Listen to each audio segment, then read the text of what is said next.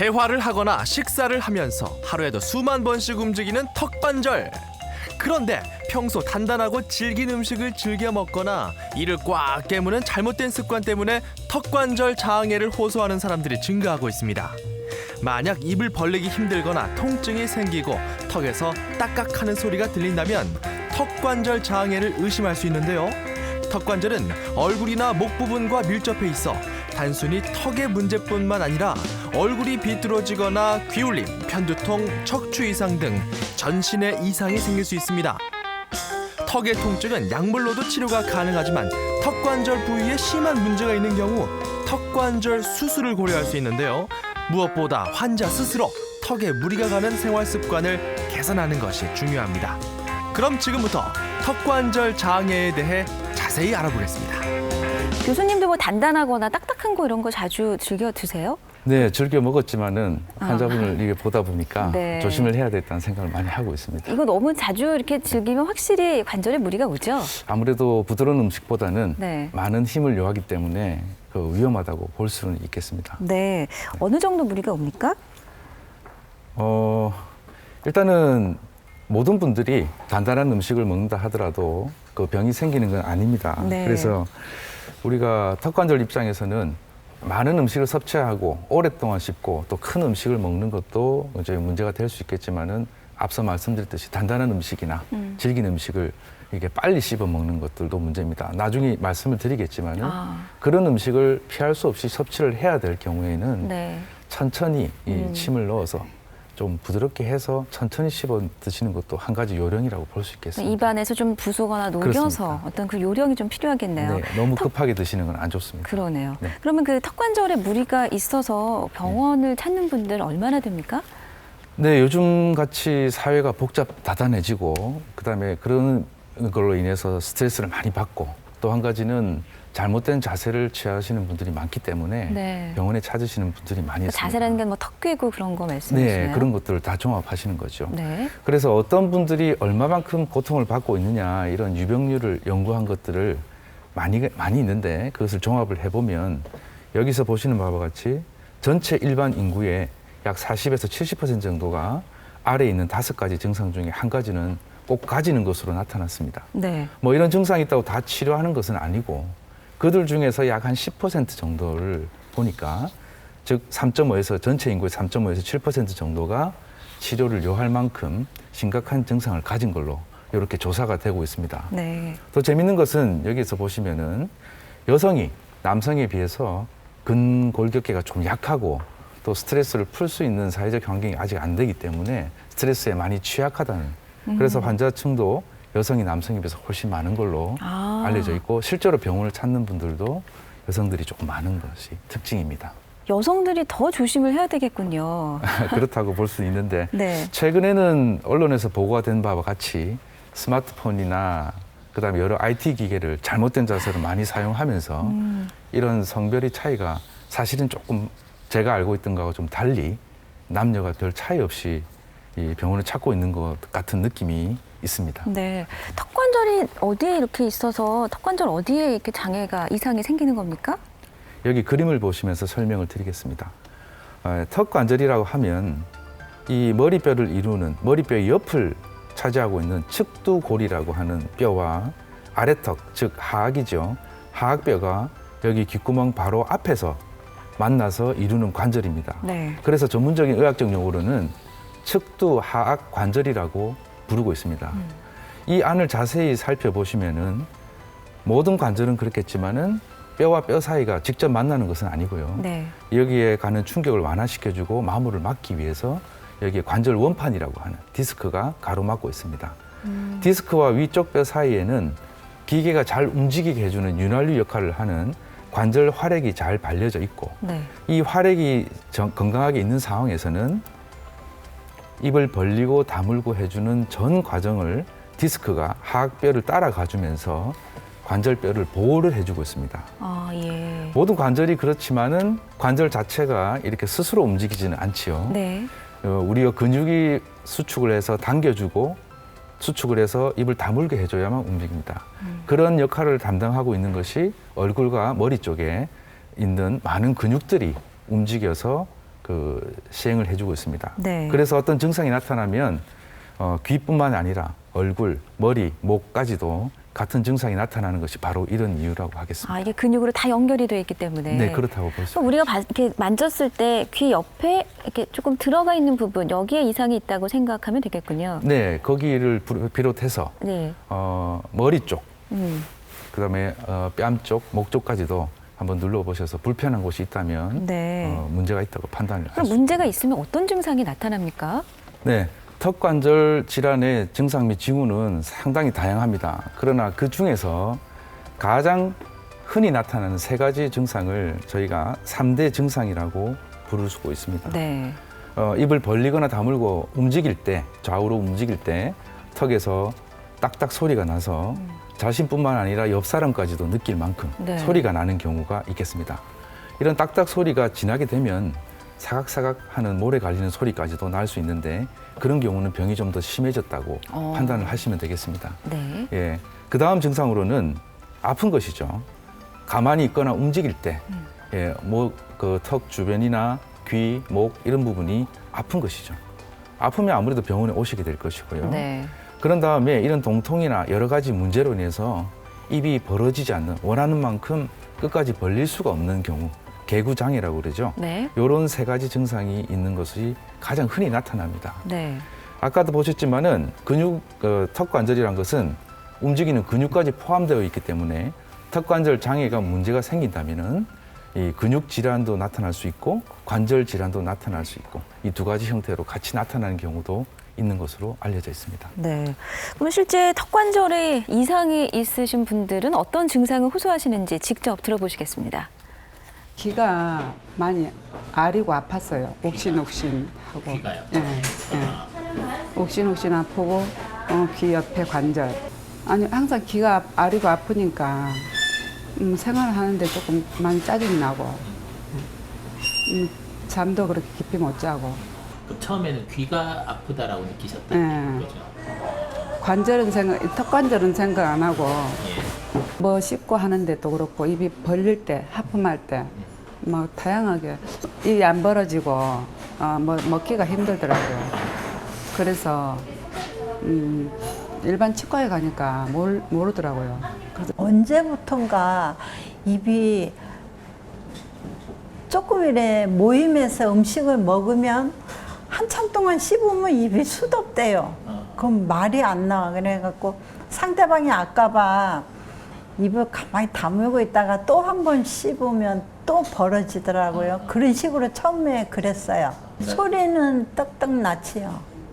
소리는 처음에 떠걱떠걱 그 소리는 났고 입이 안 벌어지면 소리가 떠걱떠걱 언젠가 나다가 안 나대요. 그게 이제 그 안 나고 특별한 계기 같은 게 있었다고 없었어요. 예, 생각하나요? 그냥 서서히 그랬어요. 서서히. 특별한 뭐 씹은 것도 없고 뭐 질긴 거를 잘 먹는 그것도 아니고 그냥 서서히 밥 먹으면서 서서히 입이 안 벌어졌어요. 하여튼만 입이 너무너무 많이 안 벌어졌어요. 손가락이 한 개 정도? 그 정도로 안 벌어졌는데 아예 입이 안 벌어지니까 음식이 안 씹어지는 거야. 그래갖고 그거를 삼키니까 위가 망가졌고 또 그때부터는 이제 음식을 씹어갖고 건더기는 뱉어내고 그런 식으로 먹은 적이 있어요. 음식 아예 못 먹으니까 항상 배가 고팠죠. 배가 고프고 우유하고 두유하고 그런 걸로 살다 보니까 이제 너무너무 기운이 없어. 그때는 일하러 다니니까 일도 못 다니고 그랬죠. 아, 음식 섭취 자체가 안 되니까 전신에 다 영향을 미칠 수밖에 없겠습니다. 네. 그러면 이렇게 턱관절 장애의 원인을 이분은 어떻게 봐야 될까요? 네, 말씀 들으신 바와 같이 소리가 나다가 안 나다가 이것을 반복을 하셨고요. 예. 소리가 나다가 안 나다가 입이 벌어졌다 안 벌어졌다 또 견딜만 하니까 또 참으신 거고요. 이렇게 잠행적으로 병이 진행을 돼서 나중에는 손가락이 하나밖에 안 들어가는 지경까지 이르셨습니다. 아, 입이 안 벌어져서요? 네네. 네. 그래서 실제로 찍어보니까 관절뼈가 거의 심하게 표현을 하면 네. 이쑤시개 정도까지 닳아서 없어진 상황에서 오셨고 아, 그만큼 방치하셨구나. 그렇죠. 이게 증상이 심하게 항상 진행되는 특징이 있는 것이 아니라 네. 또 적응을 해서 살다가 또 진행을 되고 또 적응할 만하고 이런 식의 자꾸 반복을 하기 때문에 환자분은 괜찮으면 병원에 또 안 오시게 되는 것이죠. 네. 예, 그러셨던 걸로 기억을 합니다. 그리고 또 그 귀에도 통증을 느끼셨어요? 네, 첫 번째 말씀하셨던 분은 저희가 조사를 해보고 그 진단을 해보니까 예. 순수한 근육 문제의 환자이셨습니다. 음. 예, 그럼에도 불구하고 귀 앞에 통증을 느끼신 이유는 그 입을 다물어 주게 되는 폐구근이라고 하는 근육이 너무 과도하게 수축을 하셨고 네. 그로 인해서 관절에 많은 압박을 받게 되니까 귓구멍 바로 앞에 있는 관절이 압박을 받으면 귀가 아프다고 느낄 수도 있습니다. 그래서 이분 같은 경우에는 다른 이비인후과를 들려서 네. 귀 안에 문제가 없다는 판정을 받으시고 저희 과로 내원하셔서 치료를 하고 있습니다. 네. 그러면 귀가 아프게 느낄 수도 또 치아가 아플 수도 그렇게 있는 거군요. 네, 그렇게 느낄 수도 있습니다. 그러면 관절 자체 이상 또는 근육 이상이 어떻게 구별이 될까요? 예, 근육의 문제가 관절의 문제를 가진 환자보다 훨씬 많은 것이 사실입니다. 네. 또 반대로 관절 문제만 순수하게 관절 문제만 가지고 있는 분들은 극히 드물고요. 관절에 문제가 있으면 근육도 따라서 피곤해지는 것은 사실이고 네. 그렇지만 근육 문제가 많은 것을 보았을 때 근육이 먼저 문제가 있어서 관절 쪽으로 2차적인 압력을 가해서 관절 문제가 발생하지 않나 이런 추측을 할 뿐입니다. 지금 그 그림에서 빨간색으로 표현된 게 근육이죠? 네, 입을 다물게 해주는 폐구근이 문제가 돼서 생기는 경우가 대부분인데요. 예. 입을 다물게 해주는 큰 힘을 내는 대표적인 폐구근이 3가지가 있습니다. 머리 쪽에 붙어 있는 측두근, 교근, 안쪽에 있는 내측 익돌근이라고 하는데 네. 예, 여기서 흥미롭게 봐야 할 것은 뺨 쪽뿐만 아니고 머리 쪽까지도 입을 다물게 해주는 근육이 붙어 있기 때문에 이런 근육들의 문제가 생기면 머리까지도 아플 수가 있는 것이죠. 네. 두통까지 유발할 수 있는 것이 근육적인 문제입니다. 네. 좀 더 흥미로운 것은 이 근육이 문제가 있다고 여기가 아프다고 여기가 문제가 있는 것은 아니다는 것이죠. 원래 문제가 있는 원래의 문제 지역은 여기가 있고 네. 여기가 문제가 있지만은 여기보다 좀 떨어진 부분에 연관통을 유발하는 것이 근육 문제의 특징입니다. 아, 그렇군요. 그래서 이 연관통이 있는 부분은 아무리 치료를 해도 그 문제가 해결이 되지 않습니다. 원래 아팠던 문제를 해결을 해야만 이 근육이 풀리는 것이 특징입니다. 아까 말씀을 하셨지만은 근육이 아프다고 떨어진 근육이만 아픈 것이 아니라 그 근육이 아픈 부위에 인접해 있는 치아까지도 동통을 유발을 합니다. 그래서 아파서 치과로 가보면 네. 치아에는 썩어 있거나 풍치가 있거나 아무 문제가 없는 경우가 이런 경우가 됩니다. 네. 그래서 아무 이상이 없을 경우에 이가 아프다면은 주변의 근육 문제를 한 번쯤 생각해 보는 것도 중요한 포인트가 되지 않을까 하는 생각이 듭니다. 예. 마지막으로 관절 문제는요. 관절이 움직이는 과정 중에서 전 과정을 디스크가 보호를 해줘야 되는데 어떤 경우든지 디스크가 다물었을 때는 앞쪽으로 탈출되어 있고 그다음에 크게 벌렸을 때는 제자리에 들어오면서 소리가 딱딱딱 나는 과정이 되고 지금 노란 부분이 디스크인가요? 예, 여기 디스크가 됩니다. 네. 이 부분과 비교를 해서 이 경우에는 다물었을 때 디스크는 앞쪽에 있고 크게 벌렸을 때는 제자리에 들어오는 것이죠. 이럴 경우에 딱딱 소리를 유발한다고 알려져 있습니다. 네. 그리고 이런 경우가 더 심해지게 되면은 관절 내에 압력이 증가하게 돼서 이렇게 관절이 들러붙어서 입이 다른 분들에 비해서 절반밖에 벌어지지 않는 상황까지 그 오른쪽 가게 되는 같은 것이죠. 경우는 디스크가 아예 위에 올라가지도 못하네요. 못하는 상황까지 가게 되는 더 것이죠. 방치하면 이렇게 될 수 있다. 네, 이런 상황에서는 직접적으로 뼈에 압력을 받기 때문에 관절뼈가 이제 달아 없어지기 시작하는 골관절염으로 빠질 수도 있는 것입니다. 아, 그렇군요. 그러니까 그렇게 되기 전에 빨리 이제 손을 네. 써야 될 텐데 이렇게 턱관절 장애가 생기는 원인은 어디에 있습니까? 한마디로 말씀을 드린다면은 관절 내로 가는 크고 작은 외상이라고 설명을 드리는 것이 가장 단순하겠습니다. 네. 네. 서두에 말씀드렸지만 단단하고 질긴 음식을 먹으면서 큰 근육의 힘을 낸다든가 그다음에 교통사고나 누구한테 한 대 부딪혔다거나 이런 큰 외상 그리고 수면 중에 이를 갈거나 이 약물기 등을 통해서 관절 내로 직접적으로 가는 큰 외상이 있을 것이고요. 그다음에 관절에 직접적인 힘을 주지는 않지만 스트레스로 인해서 근육이 경직되면서 관절의 압력을 유발하고 또 혹은 나쁜 자세 이런 관절에 가는 작은 외상 이렇게 미세 외상으로 나누어 볼 수는 있습니다. 네. 그러나 이런 크고 작은 외상들이 가해진다고 모든 사람들이 병이 생기는 것은 아닙니다. 그렇겠죠. 예, 이것이 우리가 생리적인 내성이라고 하는 사람이 이겨낼 수 있는 그 내성의 범위를 능가하느냐 하지 않느냐에 따라서 병이 생기기도 하고 네. 관절이나 근육이 튼튼한 분들은 이런 힘을 견뎌낼 수 있지만은 이런 생리적 내성이 약하신 분들은 작은 외상이 가더라도 증상이 크게 빨리 발현되는 것이 특징이죠. 네.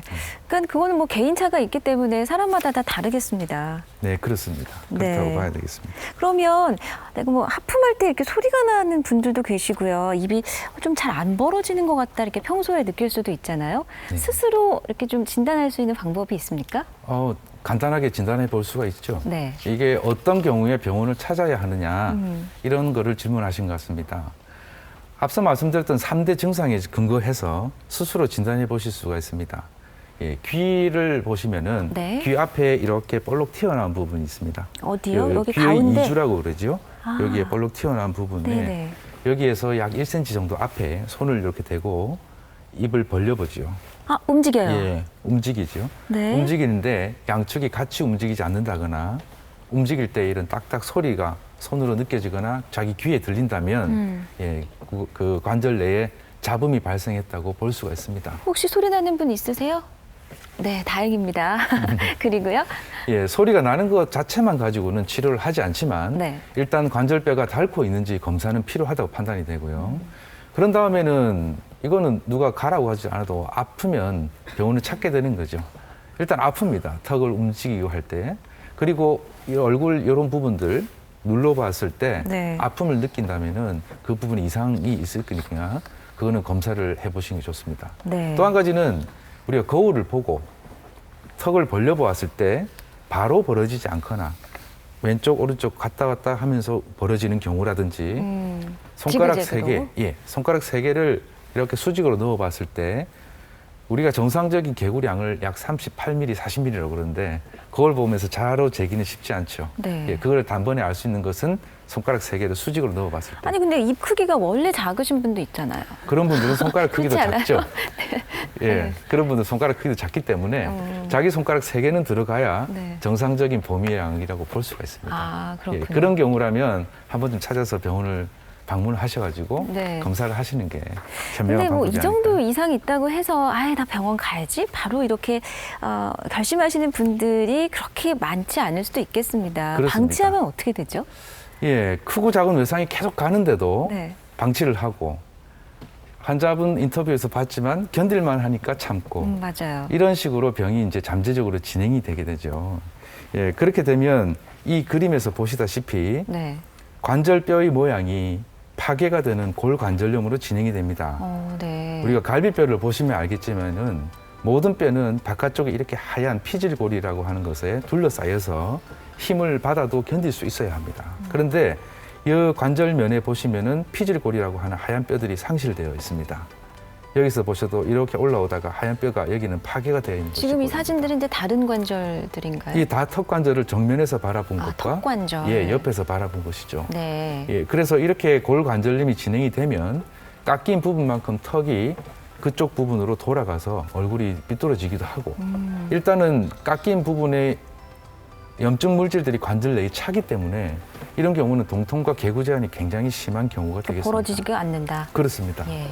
그리고 또 한 가지 밑에 보시면 흥미로운 것은 닳다가 뼛속에 이런 구멍이 생기기도 합니다. 골다공증처럼요? 예, 골다공증과 조금 다른 개념입니다만 네. 너무 심하게 닳거나 오래된 경우에는 뼈 내에 구멍이 생겨서 거기에 살이 자라 들어가는 물혹이 형성되기도 합니다. 아, 예, 그러나 이런 뼈의 구조적인 문제는 네. 인공관절을 넣는다든지 수술을 통해서 해결할 수는 있습니다.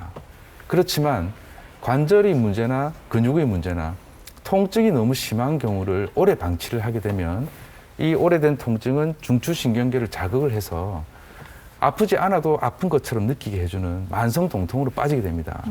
이런 경우는 수술을 해도 해결할 수가 없고 독한 마약성 진통제를 계속 복용하면서 평생 통통에 시달리시는 분도 가끔 있습니다. 네. 그러니 구조적인 변경을 걱정해서라기보다도 이 통증이란 것은 빨리 해결을 해야 하기 때문에 약간의 문제가 있다면 조심을 하면서 병원을 찾아주시는 것이 현명한 방법이라고 생각합니다. 네. 방금 말씀해 주셨던 그 세 가지 자가 진단을 통해서 나 좀 이상이 있는 것 같다 해서 병원을 찾게 되면 실제로 어떤 검사를 받게 되죠? 많은 검사를 하게 되는데 크게 나눠보면은 간이 검사부터 네. 문진 그리고 임상 검사, 영상 부가적인 검사로 나눠볼 수 있습니다. 입을 일단 벌려보네요. 그렇습니다. 이게 정상적인 개구량이 되는지 그리고 정상적인 개구가 안 되더라도 그 전문의 입장에서 크게 벌려보아서 아프지만 억지로 벌려지는 부드러운 느낌이 있는지 네. 아니면 정말 안 벌어지는지 이런 걸 검사하게 되고 또 똑바로 벌어지는지 제3자의 입장에서 직접적으로 관찰을 하게 됩니다. 그런 다음 좀 더 귀에서 나는 소리 종류가 어떤 것인지 청진기를 통해서 정확하고 미세한 소리까지도 측정을 하고 네. 검사를 하게 되는 것입니다. 청진기로 들으시면 소리가 아주 크게 들으시고. 크게 들리는 경우도 있습니다. 네. 그래서 저도 귀 검사를 잠깐 받고는 있습니다만. 그렇군요. 네. 그런 다음에 이제 손으로 눌러보는 것이죠. 전문가 입장에서 검사를 하는 방법이 있는데 오래 누르는 것보다는 저렇게 짧은 시간에. 관자놀이도 눌러요? 네. 폐구근이 그쪽에 붙어 있으니까요. 예. 눌러서 아프다는 느낌을 사람마다 다를 수 있는데 좌우 차이가 있다든지 하면 문제가 있는 것이죠. 네. 방금 보셨듯이 목과 어깨 근육까지도 검사를 해서 근육이 원발성인지 아니면 연관통인지 이런 것도 검사를 하게 되고 네. 저렇게 엄지손가락을 턱 끝에 대고 다른 네 손가락으로 턱에 관절에 힘을 주어가지고 이 사람이 좌우가 다르게 아픔을 느끼는지 검사를 해봅니다. 마지막으로 이제 입 안에 교합이 부정교합이 있는지 혹은 턱 관절에 무리가 갈 수 있는 문제가 있는지를 검사를 하는 과정입니다. 네. 그런 다음에 이제 영상적인 검사를 하게 되죠. 여기서는 치과용 파노라마를 찍고 뺑 돌아가면서 턱 전체를 파노라마처럼 보여줄 수 있습니다. 요즘에는 한 가지 기계로 이 파노라마뿐 아니라 좀 이따 나오게 되는 횡 두 개 촬영. 여기는 어딜 찍? 이것도 네, 턱관절을 이것도 돌아가면서. 여기는 이제 한 장면을 찍은 것이죠. 네. 그런 다음에 CT까지도 같이 찍을 수 있는 기계가 거의 대부분 나와 있기 때문에 원타임으로 이제 같이 조사를 해볼 수가 있습니다. 예. MRI도 같이 병행하나요? 네, 그렇습니다. 이전까지는 딱딱한 골 조직만 볼 수 있는 것이 엑스레이 특징인데 아까 말씀드렸던 디스크 그리고 관절 안의 염증 이런 것들을 볼 수 있는 것은 당연히 MRI밖에 없다고 판단이 됩니다. 그렇군요. 네. 참 다양한 검사를 통해서 이렇게 턱관절 장애 진단을 하게 되는군요. 근데 마지막에 보여주신 CT라든지 MRI 같은 그런 영상학적 검사가 상당히 유용할 것 같습니다. 실제로 사진을 보여주신다고요? 네. 이것은 아까 처음에 나왔던 영상 검사로서 파노라마입니다. 네. 턱 전체를 돌아가면서 전부 스크린을 할 수 있는 것입니다. 그래서 이 사진으로 턱관절 자체를 보기보다는 턱관절 동통을 유발할 수 있는 다른 요인이 턱뼈에 있는지 일단은 감별하는 것이 가장 중요하죠. 그래서 다른 질병이 있는지를 알아보는 사진이고요. 네. 이 사진은 우리가 머리를 옆에서 찍다 보면 뇌도 있고 여러 가지 구조가 겹치기 때문에 한쪽 관절을 정확하게 볼 수가 없습니다. 그래서 그 구조를 피해가지고 촬영을 한 것입니다. 이쪽이 오른쪽 관절, 이쪽이 왼쪽 관절이 됩니다. 이쪽이 다물었을 때의 관절, 그리고 이쪽은 입을 벌렸을 때의 관절입니다. 입을 크게 벌렸을 때 이 능선을 관절이 잘 빠져나오는지 개구량도 이 사진으로 확인해 볼 수가 있는 것이죠. 네. 그런 다음에 CT는 찍는 목적이 두 가지입니다. 정상적으로 관절에 있는 공간이 유지가 되는지, 디스크가 들어있는 공간이 될 수가 있는지를 간접적으로 알아볼 수가 있고, 여기 뼈가 많이 파괴되어 있어 많이 닳아 있는지 이런 파괴 정도도 확인할 수가 있습니다. 네. 얼굴이 많는 돌아가 있는 경우에는 좀- 3차원적인 CT를 찍어서 네. 이것은 일반인들이 보기에도 얼굴이 많이 삐뚤어져 있다는 네, 것을 오른쪽으로 확인하기. 이건 환자 입장에서 보면 왼쪽으로 돌아가는 거죠. 그러네요. 저희가 쳐다보고 있으니까요. 네.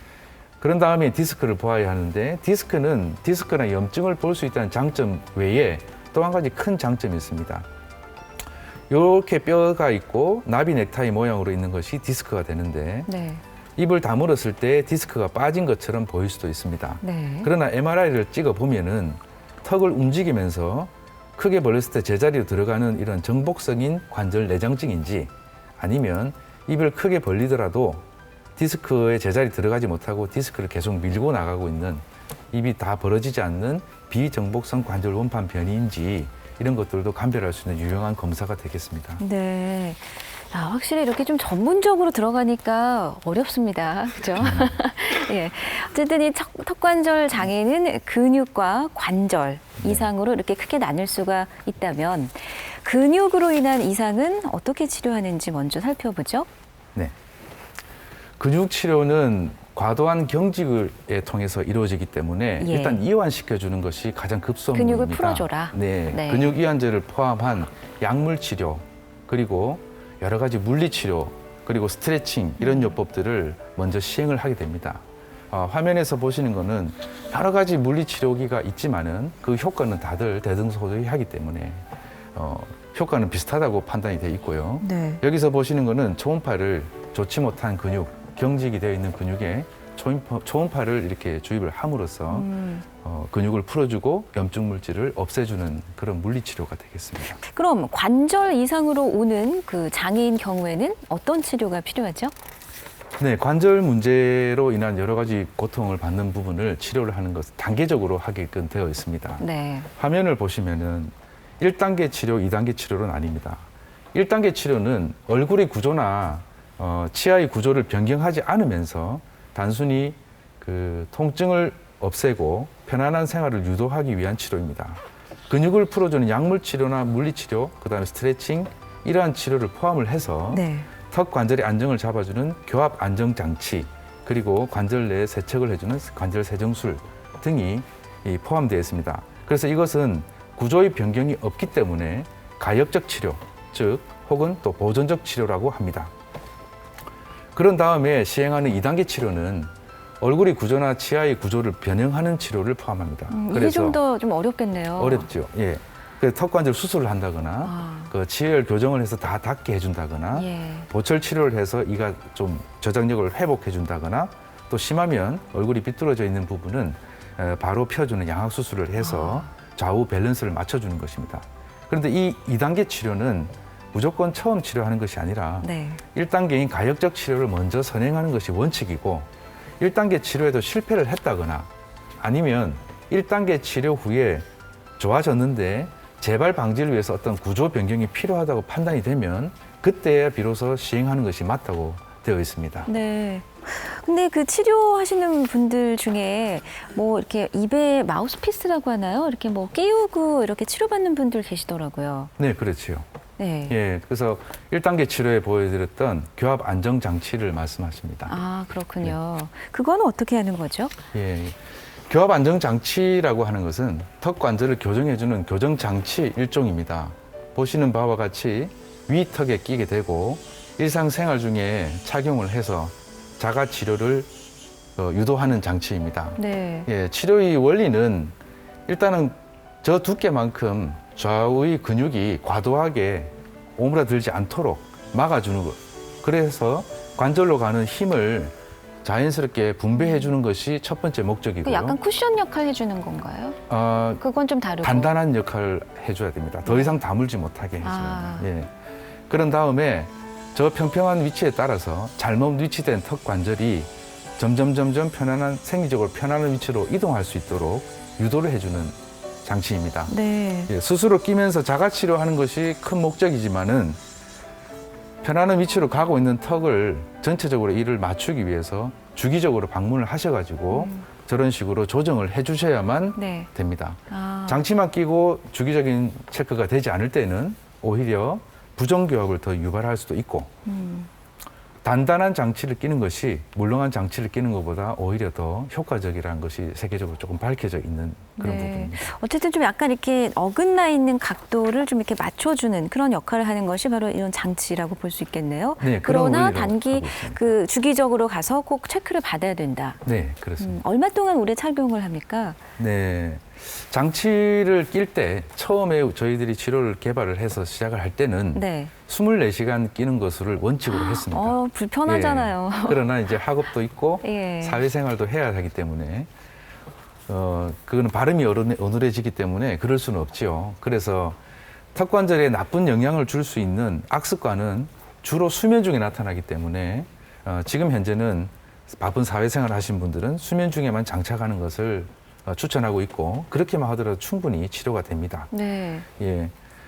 그렇지만은 이 전체적으로 얼마나 깨야 되느냐 하는 것은 환자의 상태나 그 상황에 따라 다르기 때문에 딱 잘라 말씀드릴 수는 없습니다. 하지만 저희는 집중적으로 치료를 받는 시기와 치료 후에 유지 관리 시기로 나누어서 할 수가 있고요. 집중 치료 시기에는 집에서 혼자 끼면서 자가 치료를 하시다가 1, 2주에 한 번씩 내원하셔서 장치를 꼭 조정을 하시고 그냥 장치 조정만 하는 것이 아니라 기타 보셨던 부가적인 치료를 같이 보존적인 치료를 함께 해주는 것을 원칙으로 합니다. 네.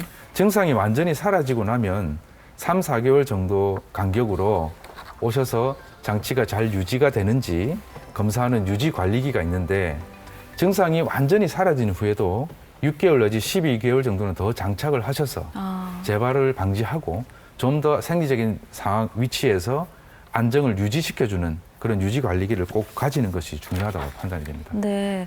참 그 치료 받으면서도 그 인내심이 필요할 것 같아요. 좀 그렇습니다. 기간이 길게 필요한 부분이니까요. 네. 근데 이러한 그 교합 안정 장치와 더불어서 그 세정술을 아까 잠깐 언급을 해주셨거든요. 세정술은 뭐 이렇게 씻어낸다는 거 아닌가요? 네, 말 그대로 씻어내는 것이죠.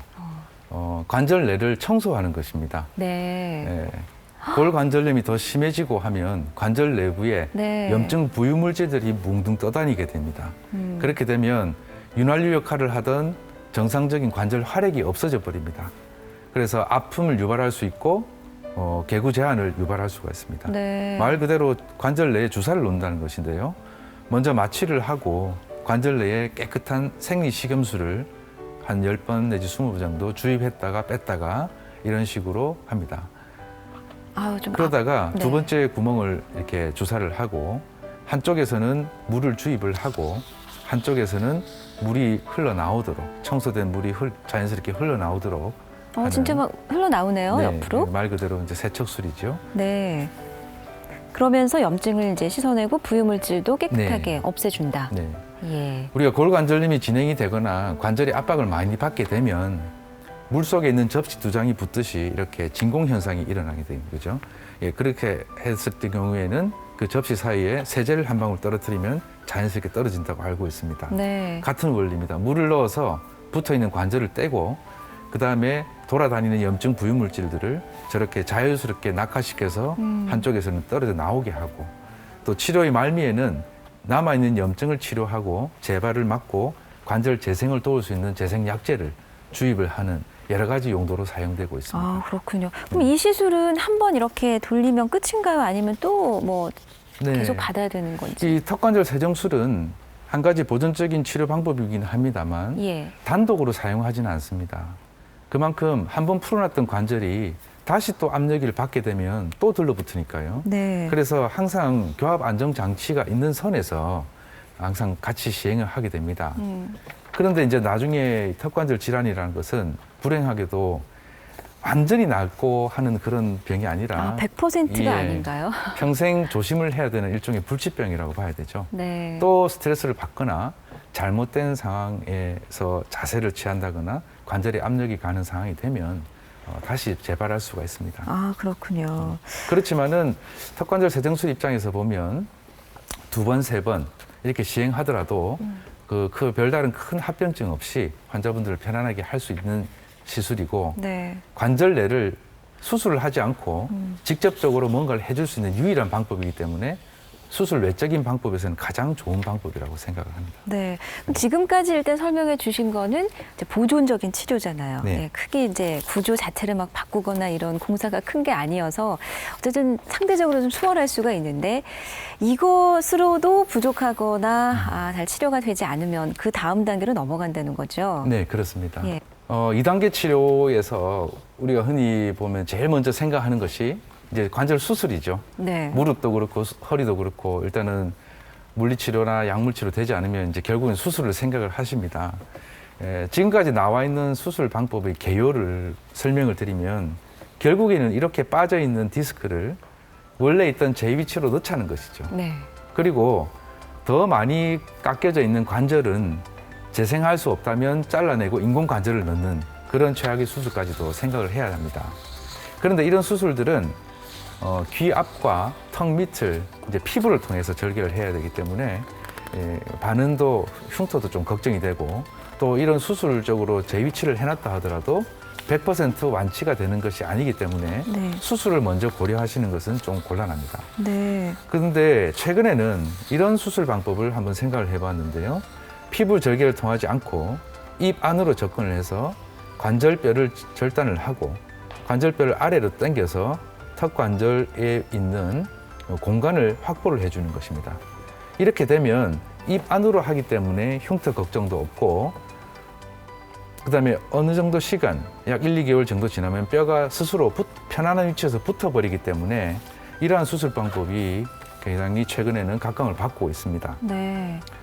간접 관절 성형술을 한 후에 시간이 지나면서 25mm 벌어지던 개구량이 네. 정상적인 범위까지 확보가 될 정말 뿐만 시원하게 딱 아니라 벌리셨어요. 네, 그럼요. 잘 많이 벌어지죠. 그러나 어느 날 갑자기 벌어지는 것은 아니고 예. 재활 훈련을 통해야 하고 아, 또 한 가지 기대하지 않았던 효과는 네. 직접적으로 디스크를 넣지 않더라도 수술 전에 빠져있던 이 디스크가 수술 후에 재활 훈련을 하는 과정에서 제 위치로 점점 좀 가고 있는 이런 기대하지 않았던 효과도 누릴 수가 있습니다. 네.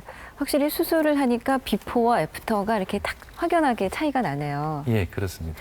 실제로 근데 그 병원에서 보면 뭐 윗니, 아랫니가 이렇게 잘 딱 맞아 떨어지지 않는 부정교합이라고 하잖아요. 이것도 네. 턱관절 장애와 연관이 분명히 있겠죠?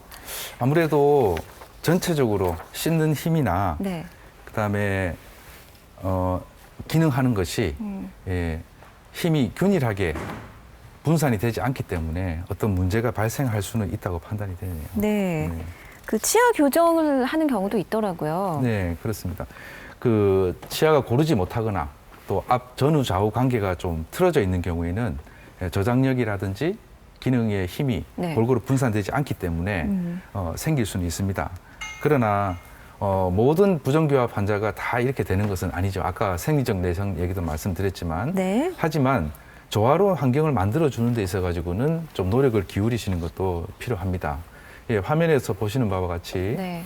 이 총생이라고 그럽니다. 이들이 들어갈 자리가 없고 들쭉날쭉하게 배열이 되어 있으면서 어금니 쪽엔 뜨게 되고 많이 닿는 부분과 적게 닿는 부분, 아예 닿지 않는 부분이 이렇게 구별되어 있으면 제대로 된 씹는 효과를 볼 수가 없죠. 네, 뭔가 예. 틈이 많이 보이네요. 그렇습니다. 예. 그래서 이런 경우에는 잘 씹히는 쪽으로 근육이 이상하게 움직이기 때문에 자라는 청소년기에는 근육이 좀 성장을 또 잘못된 방향으로 유도할 수도 있습니다. 삐뚤어질 수도 있고. 네, 그렇습니다. 예. 그래서 전체적으로 이가 골고루 닿도록 해주는 지금 같은 분이신 거죠? 네, 치료 전과 치료 후입니다. 야, 정말 아주 가지런하게 예쁘게 교정이 됐습니다. 네.